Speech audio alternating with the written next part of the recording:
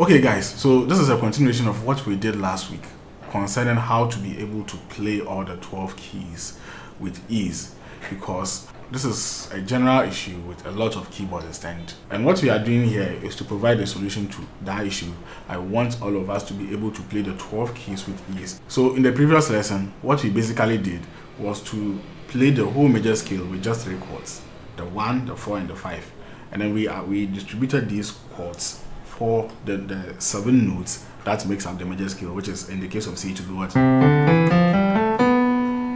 Right, so we distributed just 3 chords to make life very easy, and then we took it across the rest of the keys. So in this video, which is the part 2, I'm coming to address another issue, which is which deals with the flexibility in playing the 12 keys. Now, one general issue, this is even from personal experience, that prevents us from playing all the 12 keys, is because some keys are naturally difficult to play than others.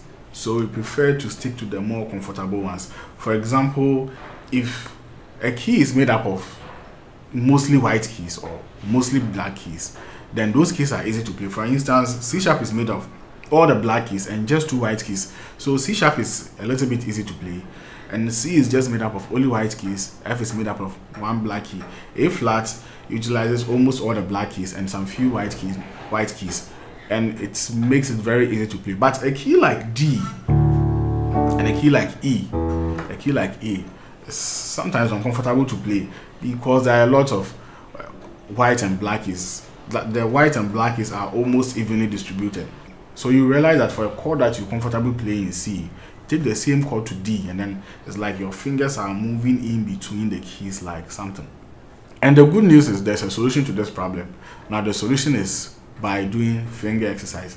So in this video, I'm coming to demonstrate one finger exercise that will really help you become very comfortable in playing all the keys. Because even at the end of the day, even after learning these 3 chords, still you realize that still some keys are easier to play than the others. Okay, so this exercise is a common exercise. I won't be surprised that we all know this exercise, but it is highly underrated. That's one thing I've noticed about this exercise. Okay, it's just the basic exercise, and we will take this exercise across all the keys. We are not doing it only in C and then we are done, or only in F and then we are done. We are doing it in all the keys. And normally I would advise you to start with a very suitable tempo. Use a metronome and start with a very suitable tempo. Yeah, and now I'm very sure that we may not all be on the same level. Whoever is watching me and the other person watching and the other person watching, we may not all be on the same level. So I can't really prescribe a standard metronome that you have to start from. But to be on the safer side, if you're a beginner, just download a metronome on your phone, or if you have a metronome already, that's very good. And you can start from 60. Now if you feel like the 60 is too slow, then it means you are like you're already good on the keyboard, so maybe you can start from 80 or above, and then build the speed gradually. Don't try to play it fast by force. Let your hands naturally develop the speed. So when you start from, let's say, 60 or 80, you can aim at getting to 160 and even up to 200. So because we are not on the same level, I wouldn't use a metronome, but I'll show you the exercise, and I would advise you to start with a metronome, because when I'm doing my personal exercises, I use a metronome. Okay, so the exercise is very simple. Like I said, we all know this exercise. Yeah, that's the exercise. Okay, so we will start from C and take it across the keys, and then we will be doing some special stuff inside. So don't feel like you already know this exercise, so you are going away. Don't go away yet. So we have 1, 2, 3, 4, 5. Right. So the fingers are equally distributed for the key. So and then back. Now we will do this twice, and then we will start again. Now this time we won't hit the major third but the minor third. So it's like 1, 2, minor third, 4, 5. Okay, so yeah, so just 2 patterns. The first one is what?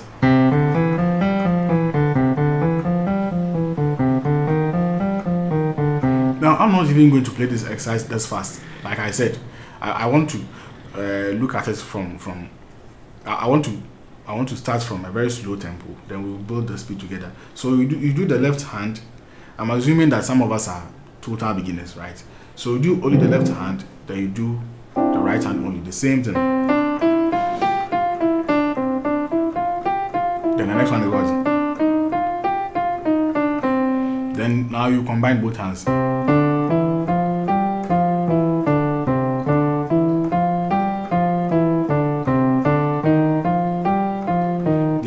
So, but please start very slowly with the tempo. So maybe the metronome can be like ka ka ka ka ka ka ka ka ka ka. You see, then you follow the metronome. Da, da, da. Now, when you get to the D or the 2, you won't come back to the C, but you take it to the C sharp. So the pinky finger and the thumb will move to the C sharp. And then you continue the same thing. You do the same thing in the key of C sharp with the same finger position. Make sure your fingers don't overlap. Okay. 1, 2, 3, 4, 5. So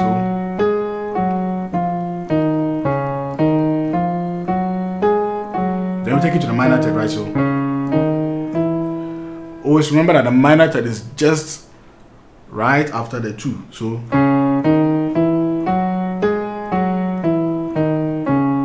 just 2, 2 for each.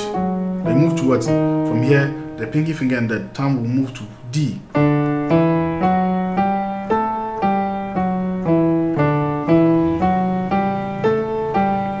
Then you do your minor third. So the minor third, right? Then you move to the E flats, okay? See, So look at something here. Now, you realize that the E flat will make you uncomfortable.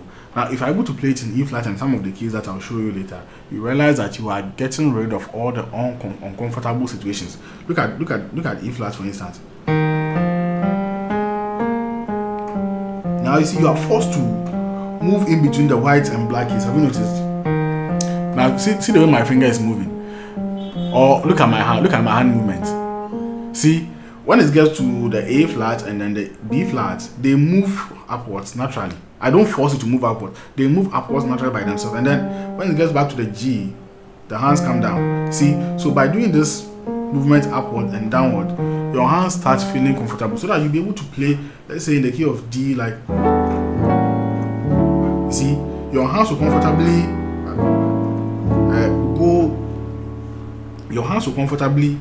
fit into the white and black keys without any struggle. Because if I should play the same thing in the key of C, it will be like this. You see, all white keys, so it makes it very comfortable. But look at D. See, D makes it very hard for you to play. Have you noticed? Okay, so then we can so do the E flat well.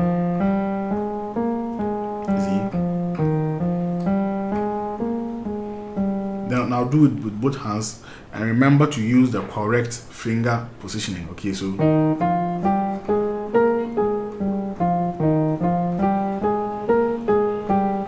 then you come to what? The minor third, right?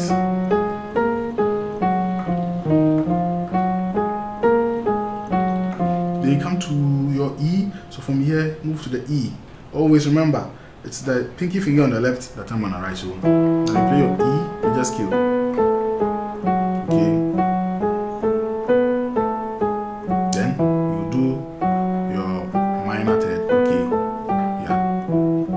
It's not easy talking and doing this exercise. Then, so let's say we are doing the last one. Then we move towards F. I'm just giving you an overview of it, okay? So I practice on your own. Then move to the minor third like this. From here, you move toward the F sharp. Now look at how F sharp feels. See, you are now like really. Look at the F sharp. You are really utilizing the black keys a lot. So your hands are mostly at the top, not even at the bottom of the keyboard, but at the top. So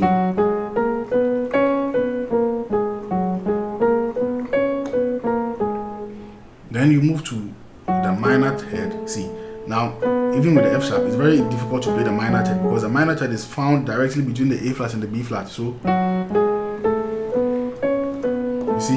So if you're able to do this, like how I'm doing, that's why I want you to pick your own tempo and then start slowly from C with the correct finger positioning. Okay?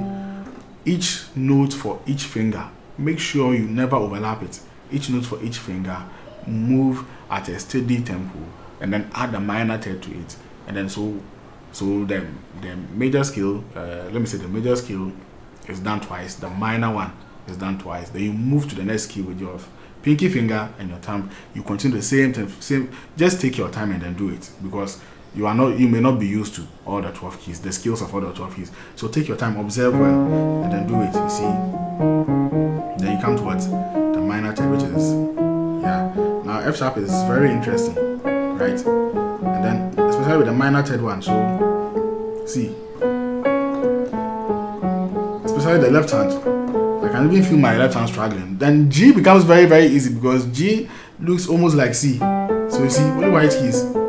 Even with the minor third one, it's just like C. And then A flat looks exactly like C sharp. Have you noticed? Even with the minor third, it looks exactly like C sharp. A looks exactly like D. Look. Now this is how you play D. So now have you noticed? If you're able to play D, you can play A easily. If you're able to play C sharp, you can play A flat easily. If you're able to play G, C easily, you can play G easily, because the scales look alike, because the pattern is almost the same, except that G has just one black key and F2 has one black key. And then an interesting one is what the B flat and then the B. So let's take a look at the B flat. So automatically see how my fingers are even positioned on the B flat. So then you go to your minor third. You see. So I can see that there's a struggle between my ring finger and this long finger. So look, in order to play the minor third, so you are just training your fingers, and then do the same thing on the right hand. Okay, and then finally to B. And then with B, you will realize that the pinky finger and this guy on the right hand are really doing the work. So you have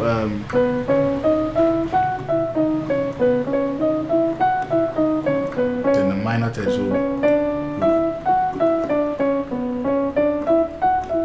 So I can even take it to the new C. Those are an octave too. A new octave, right?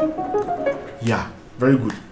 So like I said, I have done a lot of explanations with this exercise. I want you to take it very seriously. Nobody is rushing you. You can even take 2 weeks to perfect this. It's okay. It's perfectly okay, because exercises are technically supposed to be done every day. And still I do this exercise. Yeah, just that I don't do it every day, but I still do this exercise. Okay. And I also want to remind you that our contemporary gospel course is almost ready. Almost ready. Probably this week I will upload another snippet of it for you to see what is going on, what has been going on so far. Okay, so get ready for it, and subscribe if you haven't, and God richly bless you. I just pray that you take this exercise very seriously. This is an exercise, not a song. And sometimes exercises are boring, but please take it seriously and it will help you a lot.